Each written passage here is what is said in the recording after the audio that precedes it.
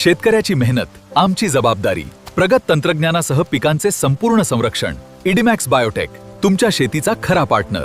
आता सध्याच्या वातावरणामध्ये जर बघितलं तर या ठिकाणी आपण बघू शकतो बांगलादेश जवळ आणि बंगालच्या उपसागरात या ठिकाणी एक चक्राकार परिस्थिती सुरू असल्यामुळे बाकीच्या भागांमध्ये परिणाम सुरू झालेला आहे.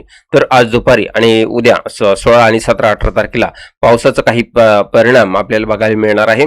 काही जिल्ह्यांमध्ये आपल्याला हलका मध्यम पाऊस बघायला मिळणार आहे. त्यानंतर मोठा पाऊस कधी पडणार आहे ती सुद्धा नवीन अपडेट आपण या व्हिडिओमध्ये घेणार आहोत. त्यामुळे व्हिडिओला शेवटपर्यंत नक्कीच बघा. आपण या ठिकाणी बघू शकतो कमी दाबाचे जे क्षेत्र आहे ते आपल्याला बऱ्यापैकी दिसत आहे. वाऱ्याचं प्रमाण काही भागात कमी झालेलं आपल्याला दुपारनंतर बघायला मिळणार आहे.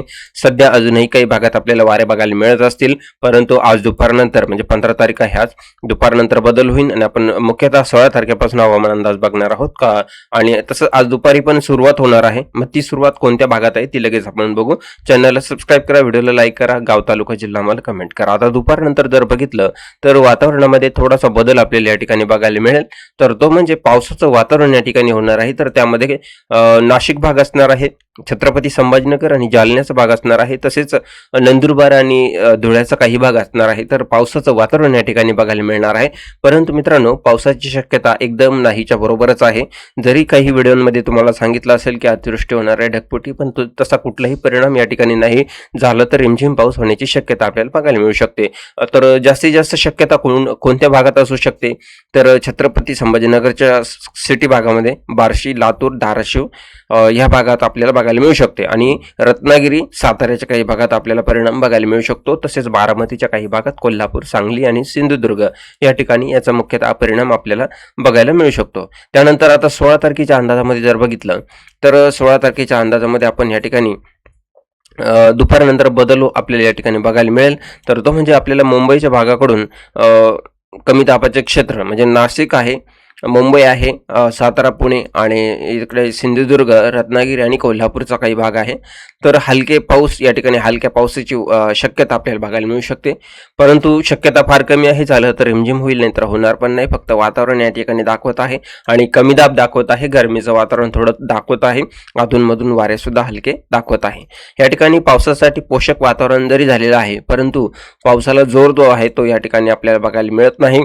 17 तारखेला जर बघितलं तर 17 तारखेला हे आपल्याला पावसाचं वातावरण या ठिकाणी आपल्याला बघायला मिळत आहे. वातावरणामध्ये हा बदल झालेला आहे, परंतु जो पाऊस आहे तो आपल्याला नाशिक, अकोला, घोटी, इगतपुरी, जव्हार, मोखाडा, त्र्यंबकेश्वर या ठिकाणी रिमझिम पावसाची शक्यता आहे. म्हणजे एकदम हलक्या स्वरूपाचा पाऊस आहे, फार जोरदार नाही, अतिवृष्टी नाही, ढगफुटी नाही, काहीच नाही, हलका पाऊस या ठिकाणी आपल्याला बघायला मिळू शकतो. तेही शक्यता फार कमी आहे. कोपरगाव आहे, येवला आहे, मनमाड आहे, मालेगाव, चाळीसगाव, छत्रपती संभाजीनगर, भोकर, जालना या ठिकाणी जर बघितलं इथे सुद्धा वातावरण होणार आहे. पावसाची शक्यता कमी आहे, नाहीच्या बरोबरच आहे. जळगाव आहे, धुळे, नंदुरबार, साक्री या ठिकाणी सुद्धा सेम परिस्थिती आपल्याला 17 तारखेला वर्तवली जाणार आहे. मग पाऊस कधी येणार आहे मित्रांनो, ती सुद्धा आपण या ठिकाणी माहिती घेणार आहोत. गडचिरोलीच्या काही भागात आपल्याला मध्यम पावसाची शक्यता या ठिकाणी वर्तवली जाणार आहे 17 तारखेला संध्याकाळच्या वातावरणामध्ये. या ठिकाणी थोडासा बदल आपल्याला या ठिकाणी बघायला मिळणार आहे. काही भागात अति जोरदार पाऊस आहे. गोंदियाच्या भागात सुद्धा आपल्याला जोरदार पाऊस बघायला मिळत आहे. आपण जर त्या भागातून असेल तर आम्हाला कमेंट करा, कारण पुढील व्हिडिओमध्ये आपल्याला चांगली माहिती व्यवस्थित दाखवता येईल, सांगता येईल.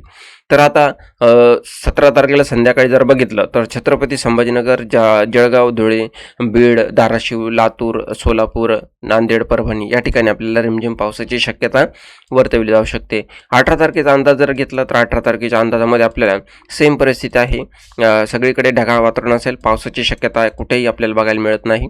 आता जे 20, 21, 22 तारखेला जे वातावरण आपल्याला बघायला मिळणार होतं तर या ठिकाणी आपण बघू शकतो तर 20 तारखेला आपल्याला नांदेड, परभणीच्या काही भागात जोरदार पावसाची शक्यता बघायला मिळत आहे. तर या ठिकाणी आपण बघू शकतो पावसाचं थोडंसं प्रमाण वाढलेलं आपल्याला बघायला मिळू शकतं. 20 तारखेला सांगितल्याप्रमाणे नांदेड, परभणी आहे, धर्माबाद आहे, देगलूर आहे, अहमदपूर आहे, उदगीरचा काही भाग या ठिकाणी आहे.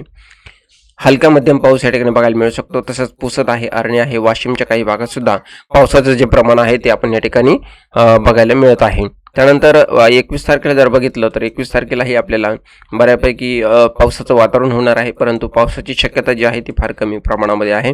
वातावरणामध्ये बदल आपल्याला या ठिकाणी बघायला मिळत आहे. 22 तारखेला भंडारा, नागपूर, गोंदिया, गडचिरोली या ठिकाणी आपल्याला हलक्या हलक्या पावसाची शक्यता 22 तारखेला वर्तवली जाणार आहे. परंतु जी अतिवृष्टी सारखा जोरदार पाऊस आहे तो आपल्याला 23 तारखेनंतर आहे. तर या ठिकाणी ढगफुटी सदृश्य पाऊस आपल्याला जो बघायचा आहे तो या ठिकाणी चंद्रपूर आहे, वारोळा, चिमूर, गडचिरोली, हिंगणघाट आहे, उमरेड आहे. या ठिकाणी आपल्याला अति जोरदार पाऊस आहे. साकोली, देवरी आहे, या ठिकाणी सुद्धा जोरदार पावसाची शक्यता आहे. तर भंडारा, गोंदिया, तुमसर या ठिकाणी सुद्धा आपल्याला अति जोरदार पावसाची शक्यता आपल्याला बघायला मिळत आहे. त्यानंतर बाकी भागांमध्ये जर बघितलं तर पुन्हा एकदा संध्याकाळच्या वातावरणामध्ये आपल्याला गोंदियाच्या भागात, तुमसर, भंडारा या ठिकाणी अति जोरदार पावसाची शक्यता या ठिकाणी बघायला मिळणार आहे. अति जोरदार पाऊस आपल्याला इथे बघायला मिळत आहे 23 तारखेच्या अंदाजामध्ये. परंतु हा कमी दाब जो आहे तो खूप मोठा असणार होता. त्याचं प्रमाणही आपल्याला खूप कमी दिसत आहे या ठिकाणी आपण बघू शकतो. कारण मागच्या व्हिडिओमध्ये जे अपडेट बघितली होती त्यामध्ये आपल्याला खूप मोठा पाऊस या ठिकाणी दाखवत होता, परंतु याचं प्रमाण जे आहे ते फार कमी प्रमाणामध्ये आपल्याला बघायला मिळत आहे. खास करून आपल्याला गोंदिया आणि गडचिरोलीच्या काही भागात, भंडारा, नागपूरच्या काही भागातच याचा परिणाम बघायला मिळू शकणार आहे 25 तारखेपर्यंत. 25 तारखेनंतर पुन्हा एकदा कमी होणार आहे. आणि विशेष पाऊस म्हणजे आपल्याला 29 ते 30 जुलै नंतर बघायला मिळणार आहे. म्हणजे ऑगस्ट महिन्यामध्येच पहिल्या आठवड्यामध्ये पाऊस बघायला मिळणार आहे. त्याचे एक आढावा आपण शॉर्टकट आढावा या ठिकाणी घेऊ. आता या ठिकाणी बघू शकतो आपण बंगालच्या अरबी समुद्राकडून जे वारे वाहत आहे त्याचं प्रमाण या ठिकाणी कमी झालेलं आहे.